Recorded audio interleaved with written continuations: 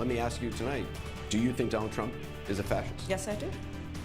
Coming up on Talking Points, using the F word. Hear Trump's former chief of staff call him, quote, the definition of a fascist.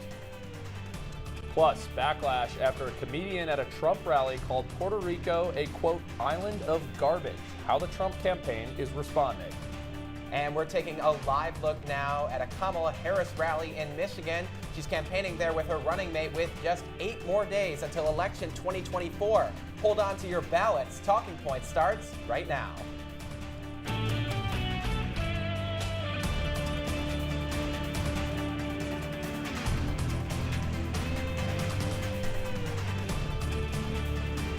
A dire warning from former top Trump advisors to America. They're going on the record to say that he's a, quote, fascist. Welcome into Talking Points. I'm Jake Morel. And I'm Luke Radel. We've got 8 days left to go until this election, and there's still reaction pouring into those comments made by the former president's longest-serving White House chief of staff, retired 4-star Marine General John Kelly. In interviews with Jeffrey Goldberg of The Atlantic, Kelly recounts how Trump disparaged those killed in war as, quote, suckers and losers, and said he wanted generals like Hitler's generals. It comes after Mark Milley, the top general that Trump appointed, told Bob Woodward for his new book, War, that Trump is, quote, fascist to the core. The New York Times asked Kelly on tape if he agrees. Do you think he's a fascist? Well, I'm looking at the definition of fascism. We got a lot of time.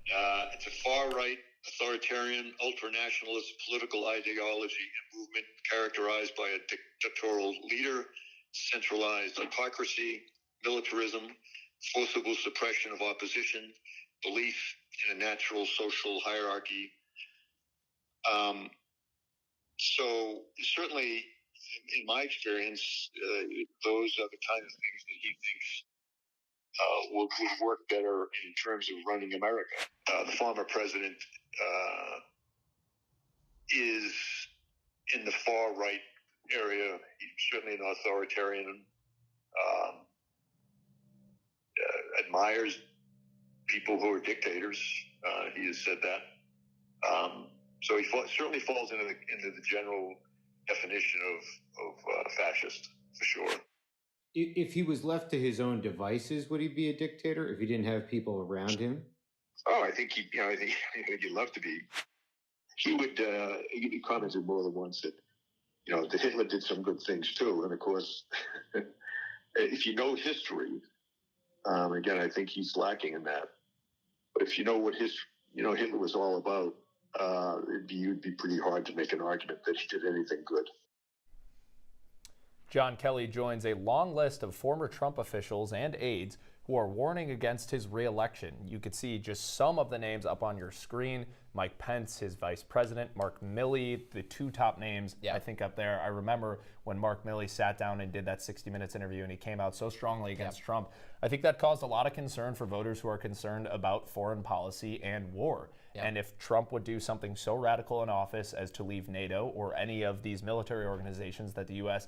is a participant in and really sort of rattle the global stage. Yeah, and Jake, when you see a story come out like this, it's obviously disturbing to see Trump praising leaders like Adolf Hitler, the most notorious leader of any country of the last century.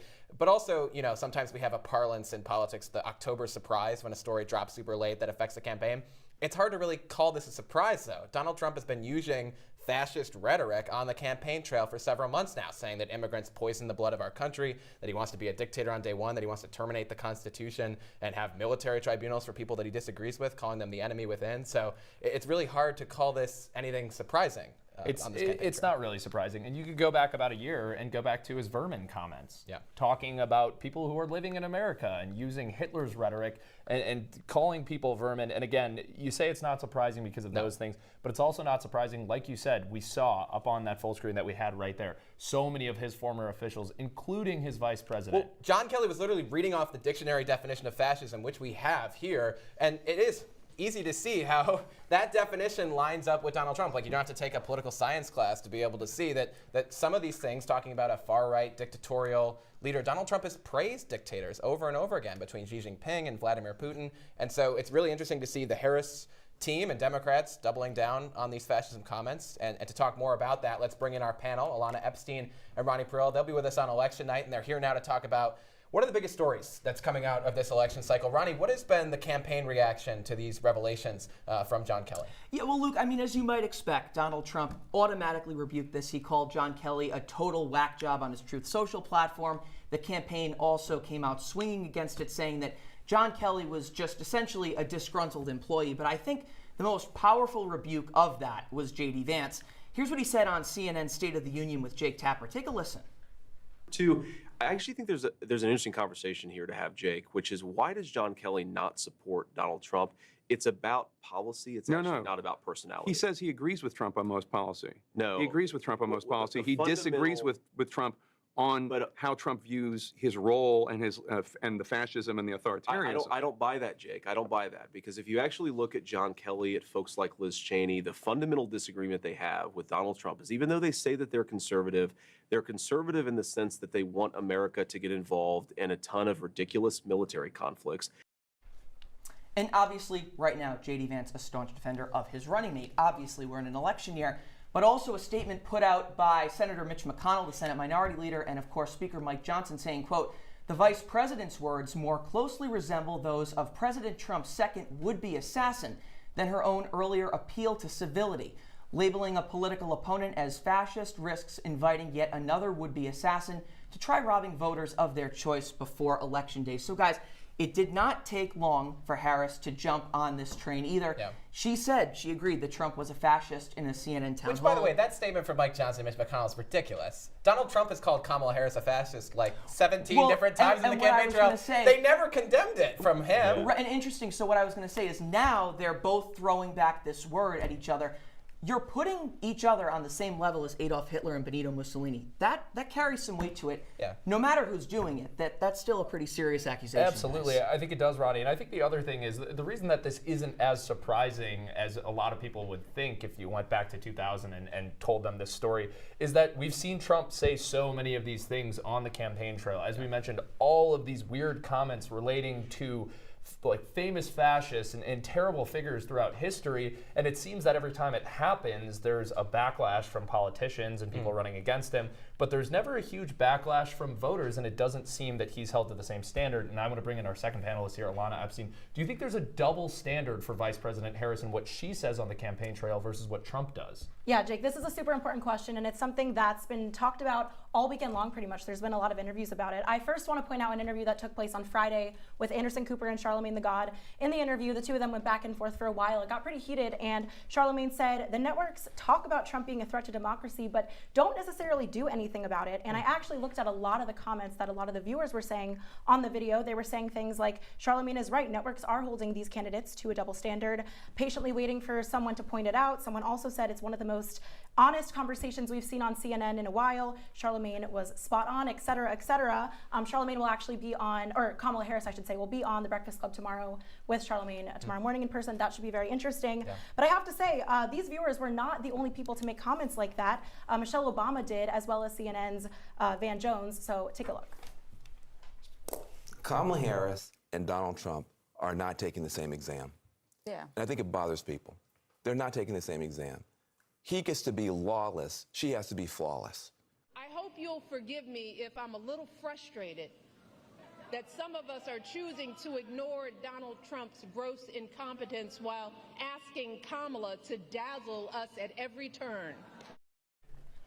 I mean, lawless versus flawless, that's something really interesting. That definitely got a lot of people talking. I mean, does Kamala always answer every question perfectly? No, but Trump also says a lot of questionable things sometimes, especially with the Constitution, Project 2025, et cetera. Van Jones says he didn't, he's not always thrilled with how Kamala words everything, but he says he feels like he believes her. And Michelle speaking too, she talked about a lot, but definitely focused on that question of double standard for sure. Yeah, absolutely. I think the lawless versus flawless thing it's so fitting for what we're seeing in October right now. Again, our October non-surprise, but sort of surprise. And sort of speaking of that, there was a rally that Trump held yesterday at Madison Square Garden. Noted swing state, New York, by the way. Noted swing state, New York. Well, it's, his home, and he said he was going home to sort of champion himself in the end of this campaign. And during this rally, he had comedian Toby Hinchcliffe give a very interesting speech that I think had a lot of very inflammatory rhetoric, including one comment about Puerto Rico that has been all over social media today. Take a listen. There's literally a floating island of garbage in the middle of the ocean right now. Yeah, I think it's called Puerto Rico. So, as you can see, that joke kind of bombed. A spokesperson for the Trump campaign, Caroline Levitt, told Fox and Friends this morning, quote, obviously that joke does not reflect the views of President Trump or our campaign, except for the fact that they invited him to their rally. Yeah, what's been the social media reaction to this? Are people buying that statement from the Trump campaign? I mean, it definitely did turn a lot of heads. I mean, with just about a week until the election, a lot of endorsements are coming in. A lot of people from Puerto Rico, a lot of celebrities said a lot about it. J-Lo, one of those people, she has 250 million followers. She reposted Kamala's post. She had a plan for Puerto Rico. That's on her Instagram right now. J-Lo reposted that, as well as Bad Bunny. Demi Lovato, she has 154 million followers. I mean, these people have a lot of followers. Ricky Martin as well. So just the endorsements that have been coming in, as you can see, a lot of followers. And so these endorsements are definitely starting to ramp up. Yeah, it's really interesting to see how this is affecting things, especially because there are a lot of Puerto Rican voters in key swing states. Pennsylvanians are Puerto Rican. Huge. Alrighty. Coming up for us here on Talking Points, let's take a live look now. Trump's rally in Georgia, our Talking Points toss-up state this week. We'll take you there right after this.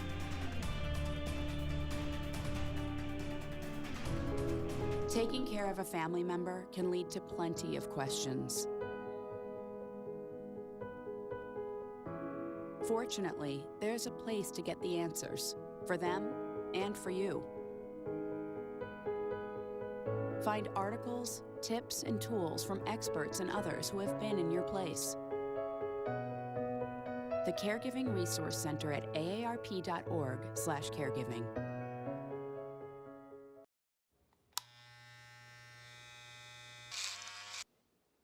You've messed up your son's haircut.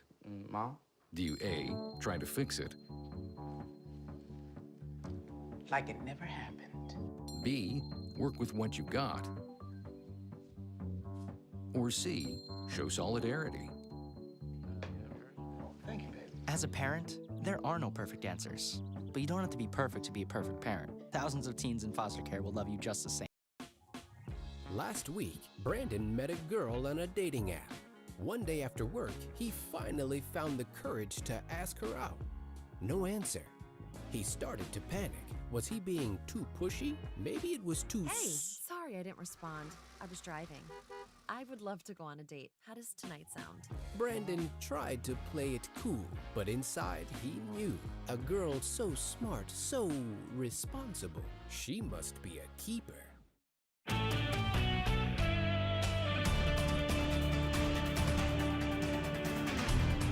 Welcome back to Talking Points. Last Tuesday was supposed to be the second presidential debate between Harris and Trump, but the former president did not want to show up.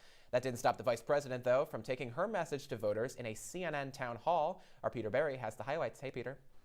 Hey, Luke. How's it going?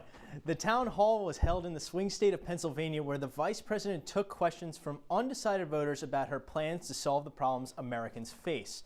Yet the biggest news made at the event may have been when the vice president was asked about Trump's former chief of staff, John Kelly's claims we mentioned earlier. Do you think Donald Trump is a fascist? Yes, I do. Yes, I do.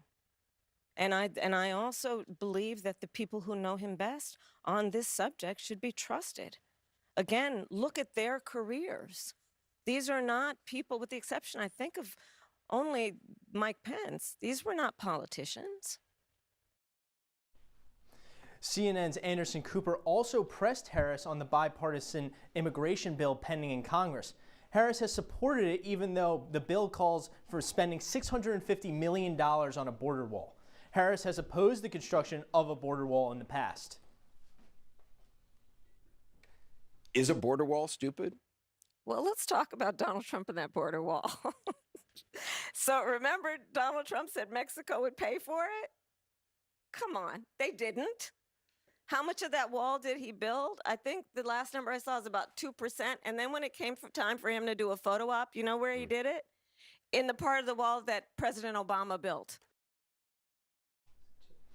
Harris also did not shy away from talking about Trump's aggressive tactics for his second term, driving her point about her list to help the American people.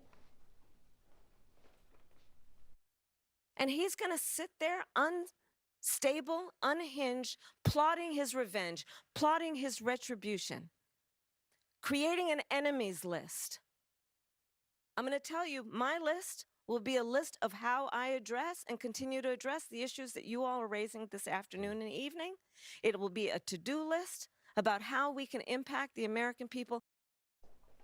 Given that Pennsylvania has 19 electoral votes, it makes it a must-win state. But the polls are still showing a dead heat race. Jake and Luke, I'm going to send it back to you guys. Peter Berry, thank you. And happening right now, Vice President Harris is in Ann Arbor, go blue, for a rally with her running mate, Minnesota Governor Tim Walz. Harris is in the toss-up state trying to expand support among the large population of Arab and Muslim voters. According to NBC News, Trump narrowly won Michigan's suburbs 51-48 back in 2020, but recent polls are showing that Harris has the edge. There's a look at it live right now. You can see the vice president speaking. Absolutely. Meanwhile, Donald Trump is in our Talking Points toss-up state this week, Georgia. Our Mike Lamorte has the latest polling from the Peach State. Hey, Mike. Hey, Luke. Well, while the New York Yankees are swinging their bats tonight in the hopes to win Game 3 of the World Series, former President Donald Trump is hosting a rally in Atlanta, Georgia, hoping to swing the state's vote red, especially after losing there to President Biden back in 2020. Now, the latest polls are showing Trump is leading Harris by about 2 points in the swing state with a week until Election Day. But just how important is the state of Georgia this election cycle? Back in 2016, President Trump dominated in the state of Georgia by about 5 percentage points over his then opponent Hillary Clinton. But in 2020, President Joe Biden carried Georgia by over 11,000 votes. You may recall some of the claims of election fraud made by President Trump against Georgia during that election. Well, even if those claims were found true and all the Electoral College votes for that state went to Trump, that still would not have given the former president the 270 electoral votes needed to be reelected. Now, that doesn't mean the swing state can't determine the 2024 election. Its 16 Electoral College votes are still needed if the former president seeks to return to the White House. And with no Senate race in the Peach State, voters can place extra concentration on choosing the president-elect. Now, with the way polls are leaning, the 2-point lead is in favor of the GOP candidate. That margin, though, isn't scaring the Harris campaign's confidence in winning Georgia on November 5th. The vice president even made a pit stop in Atlanta, Georgia last Thursday, and she was joined by a special guest who made largely subjective comments about another Trump presidency and how it might be something the American voter would not want. Take a look. King, a wannabe dictator running around trying to punish his enemies. That's not what you need in your life. America's ready to turn the page. We are ready for a better story. Georgia, we're ready for a President Kamala Harris. Happy to welcome Michael to the desk with us. Michael, I want to talk about how close it was last time in Georgia. Just 12,000 votes. You mentioned that a little bit. The World Series right now is not close between your Yankees and the Dodgers. I had to throw that in there. Talking ball. Yeah, we're talking ball a little bit, but it came down to less than 12,000 votes. How close is it this time? Do you think it'll be that? Well, yeah, I think it will absolutely be very close. You know, we saw during the last election, about last year, the largest poll differentiation was in favor of Donald Trump. That was back in March of 2020, and he led by about 3 points.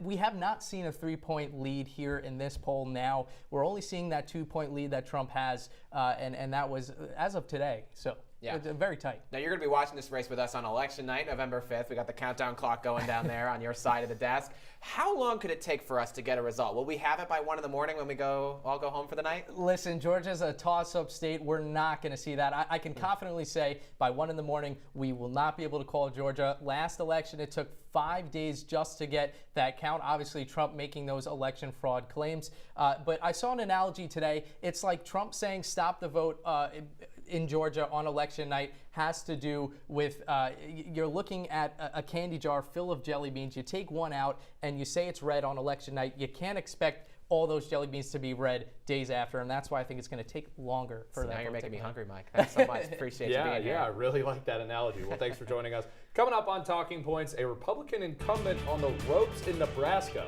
We'll show you the races to watch in the U.S. Senate when we come back. Stay with us.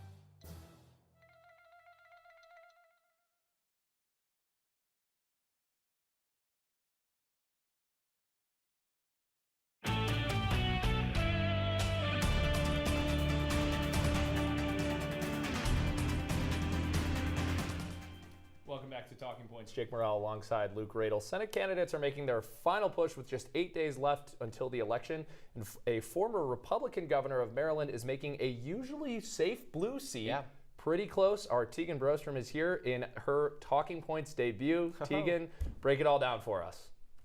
Thanks, Jake. Yeah, that's right. The upcoming Senate race in Maryland is a competitive one. Maryland is historically, like you said, a blue state, with the two current senators both being Democrats. But the campaign of the former two-term Republican, Governor Larry Hogan has created some controversy in this mid-Atlantic state. Hogan is running against Angela Alsobrooks, current Prince George County executive. Despite it being a competitive race, Alsobrooks has a clear lead. According to a recent Washington Post University of Maryland poll, Alsobrooks is leading by 12 percentage points, with 52% of likely voters saying they'll support Alsobrooks, while just 40% supporting Hogan. Alsobrooks' 12-point lead is similar to her 11-point advantage back in September. The two candidates met for their lone debate in early October. Hogan sold and continues to sell his bipartisan policies, like creating economic opportunities, improving education and job training. His campaign revolves around his commitment to strong, independent leadership. However, Alsobrooks is linking Hogan to the far right and emphasizing to voters that a Hogan victory would ensure that the GOP can pass its agenda. And you know, we're seeing this discourse all over the country as the control of the House is in play. Republicans are working to flip the Senate, but here in Maryland, we can expect voters to lean Democrat, yet Hogan continues to make this race one worth keeping an eye on. Teaghan, thank you so much. And another Senate race to keep your eye on. An independent candidate is causing some trouble in reliably red Nebraska. Talking Points analyst Riley Underwood is here to tell us what's going on. Hey, Riley. Hey, Luke. Yeah, this year's Nebraska Senate race isn't a matter of voting along party lines. That's exactly what the leading candidate in the state wanted to happen, because he's running as an independent. Dan Osborne is a U.S. Navy veteran, industrial mechanic, and a former labor union leader. He's hoping to unseat Republican Deb Fischer, who's seeking re-election after already serving 2 terms. A newcomer to politics, Osborne has spoken out publicly against what he calls the two-party doom loop. And he won't disclose who he's voting for in the presidential election, and says he needs to run down the middle because politics have become so polarized. He's raised nearly $400,000 in the past week from just under 200 donors. Interestingly, though, just 6 of those donors live in Nebraska, and most of his financial support is coming from left-wing organizations and individuals. However, Osborne's pointing out this same fact about his opponent in his latest political ad. Take a listen. The U.S. Senate is a bunch of millionaires controlled by billionaires. My opponent, Deb Fischer, is part of the problem. She's taken so much corporate cash, she should wear patches, like NASCAR. And Fischer's campaign is using Donald Trump to make their point that Osborne is just a Democrat running as an independent. His name is Dan Osborne, and he's a radical left person, a Bernie Sanders type Democrat. But we want somebody that's going to be strong, powerful, and great for our country, and it's not going to be Dan Osborne. Dan Osborne is just another Democrat in disguise.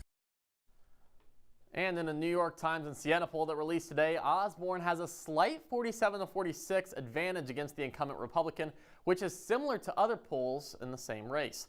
Osborne is trying to become the first non-Republican elected in the Senate in Nebraska since 2006.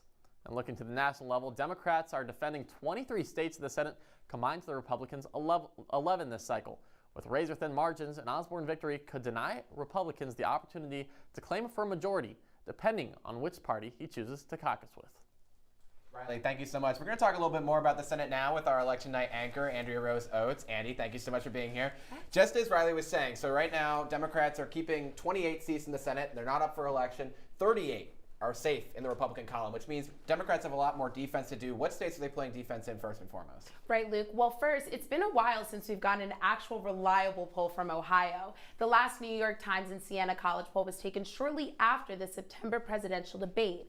It showed Democratic incumbent Senator Sherrod Brown with 47% compared to his Republican challenger Bernie Moreno with just 43% in the polls. So if we use our little magic map tool here, we've got all the states in here. Right now, the consensus on Ohio is that it's a toss-up state, but if we flip that state blue, a little bit of magic action here. There we go. That puts it Democrats at 49, Republicans at 51 senators. Tell me about another state that they're trying to play some defense in for the Democrats. Yes, Luke. Another very important one is Montana. Montana sent a poll from Emerson College shows incumbent Democratic Senator Deb Fischer currently up 48% in the polls compared to Republican challenger Tim Sheehy, who actually has 51% of the polls with a slight margin of error. Yeah. Andy, the next state I think you want to talk about, I'm not sure if Democrats are playing defense in it. They pretty much never are playing defense in it. But there is a defensive lineman running for Senate. Tell us a little bit about the Texas Senate race. Yes, of course. This is one I am very excited about. A new Texas Senate poll from the New York Times and Siena College this morning shows incumbent Republican Senator Ted Cruz having 50% in the polls compared to Democratic Congressman and challenger Colin Allred, who is currently at 46%, just outside of the margin of error. So if we watch here right at the bottom, if Texas flips from red to blue, look at that magic. That gives the Democrats the majority of the Senate, regardless of who wins the presidential election. Andrea-Rose Oates, thank you so much. We'll see you on election night. Coming up for us, Donald Trump has never won the popular vote, but could that change this time? We'll run the numbers in 90 seconds. Well, Thomas, you've got prediabetes. But with more exercise and a change in diet, it can be reversed.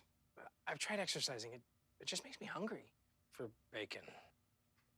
I love bacon, too. And who really likes to exercise? Not me. Me neither. Nobody. So we're good? What? Oh, you still have prediabetes. Big time.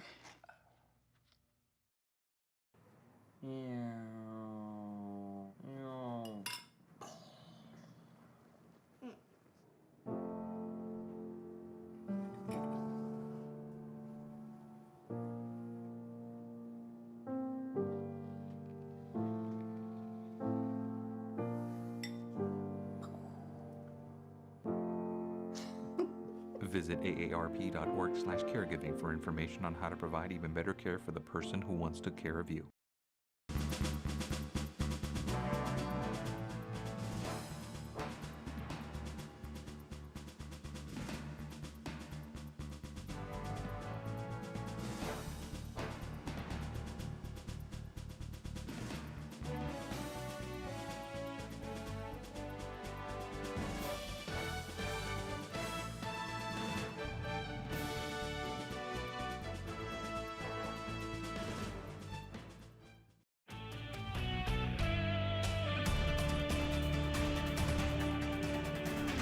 Welcome back into Talking Points. Our final question tonight is, can Trump win the popular vote? Let's break down some of the last popular vote winners. Let's take a look. This new poll shows the race tied nationwide. New York Times, Siena College. It's never been this close before. In 2016, Hillary Clinton was up by 6 points in the polling average. Joe Biden was up by 9 points. Harris only up by 1. Biden, Clinton both won the popular vote. In fact, the last time a Republican won it was in 2004. So we'll see if Donald Trump can win the popular vote this time around. I'm going to go with no. I think he's too unpopular among Republicans. Let's remember the primaries. He only won about 60 to 70% of the primary in his own party. And I know a lot of those Republicans will show up in the general, but I'm going to go with no. And I know we had a little disagreement over text earlier today about this. We'll see what happens. That's all the time we have in the show. Thanks so much for watching Talking Points. I'm Luke Radel. That's Jake Morel. Good night.